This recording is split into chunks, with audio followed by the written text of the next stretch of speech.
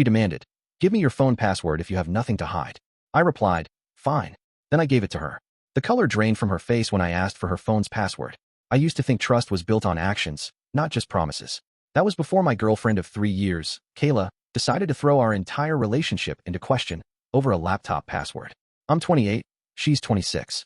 We'd been living together for almost a year at that point, and while things had settled into a rhythm, cooking dinner together, weekend hikes, the usual new domestic life stuff, something had been off lately. She'd get jumpy when I walked into the room while she was on her phone. Her notifications stopped popping up altogether.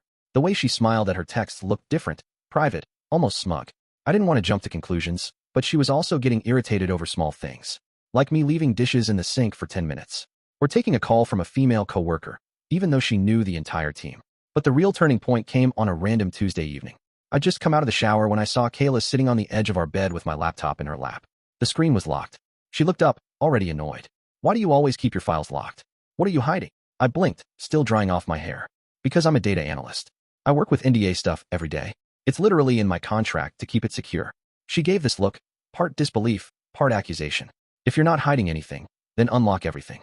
No passwords, no walls, or I'm going to assume the worst." Now, I get it. Some couples believe in full transparency. But this wasn't a mutual thing. I'd never demanded access to her stuff, and I'd never once accused her of being secretive. But somehow, she made me feel like I was the one sneaking around. Still, I had nothing to hide. So I did it. I unlocked my laptop, handed it over, gave her access to my emails, Slack, even my notes app. If she wanted to dig, fine. I didn't want to feed her suspicions by being defensive.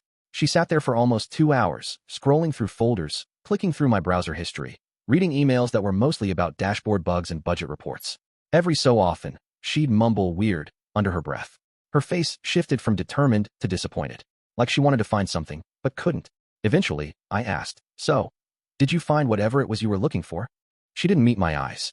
"No, but I still feel like you're hiding something." That hit differently, not because it hurt, but because it sounded familiar. I'd heard stories from friends, partners who project, who get paranoid not because you're guilty, but because they are. And in that moment, it clicked. This wasn't about me. She wasn't searching for the truth. She was trying to feel justified. And if she couldn't find anything in my laptop, well, maybe I was looking in the wrong place all along. So I asked calmly, "Okay, then let's be fair. Let me see your laptop." That's where the story really started to unravel. She looked at me like I'd just accused her of murder. "My laptop," she said, leaning back like I'd crossed a line. "This is about me now? Wow, that's manipulative." I didn't raise my voice. "You said if we have nothing to hide, we should be fully transparent." That's what I just did. "I'm just asking for the same in return." Her response came fast. "That's not the same thing. You only asked because I checked yours. That's not trust, it's control." I held up my hands. "It's called mutual accountability." She scoffed, grabbed her keys, and stormed out of the apartment. No jacket, no explanation. Just gone.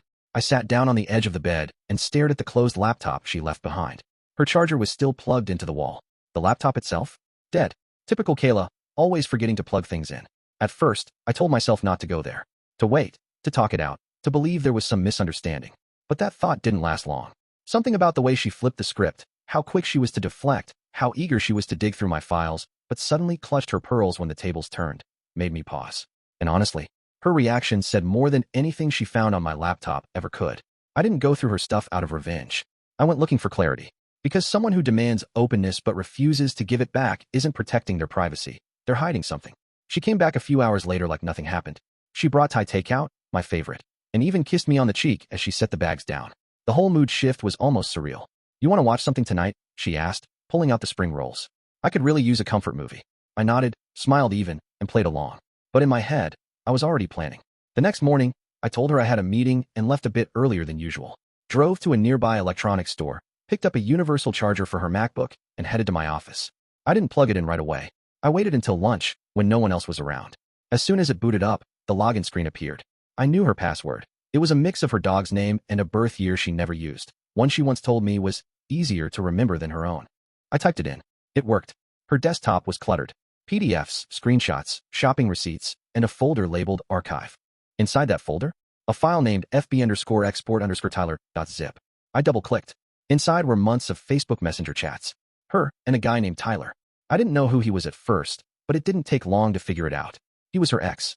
The one she said she hadn't talked to in years. The one she once referred to as a lesson in what not to date. I opened one of the PDFs. It was a message export, chat logs, timestamps, even embedded images. I scrolled through slowly. My stomach didn't flip. I didn't feel rage. Just clarity. Flirting. Compliments. Inside jokes. Memes he'd sent her at 2 a.m. A photo of her in a dress I never saw her wear. Captioned, "Thought you might like this one." And then I hit the voice messages. That's when things turned. The first voice note was her laughing. Not her usual laugh, either. This one was softer, flirtier, like the way she used to sound when we first started dating. Then came the venting. She told Tyler I was boring, that I didn't get her emotionally, and that she felt more herself with him than she ever had with me. One message stood out. She asked, "Do you ever think about what it would have been like if we hadn't broken up? Just to see, you know?" It was all there. The emotional cheating, the secret flirting, the double life she carefully curated while acting distant and paranoid with me. I took my time. Screenshots, screen recordings, audio clips. I backed it all up. Not because I wanted revenge. I just didn't want her rewriting the narrative later. That weekend, she told me she was going out for a girls' night. "I need to unwind," she said, grabbing her purse. "Long week." I smiled. "Have fun." The moment the door shut behind her, I got to work. I packed my clothes, toiletries, work gear, everything I truly needed. Didn't bother taking the couch we picked together or the framed photos on the wall. I left those behind with the version of us I now knew was a lie. I drove straight to my brother's place across town. He'd offered his guest room anytime I needed it, though I don't think he expected I'd ever actually show up with a duffel bag and an unreadable look on my face. I told him a little. Not everything.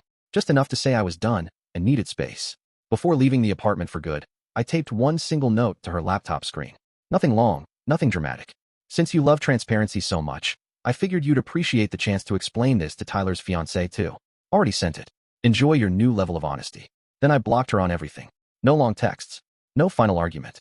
She'd already said more than enough to Tyler. Over the next few days, my brother started showing me her Instagram posts. It was wild. Quotes about betrayal. Stories with black screen backgrounds and vague text like, "Some people never value what they have until it's gone." Her friend group was imploding. A few of them even unfollowed her, while others commented things like, "Maybe check your own messages before you play victim." Apparently, Tyler's fiancée did get the screenshots. She ended things, and from what I heard through mutuals, she didn't go quietly. Kayla tried painting me as jealous and paranoid. But when your own messages are in your own voice, saying your own words, there's not much of a defense left. The final twist came 2 weeks later.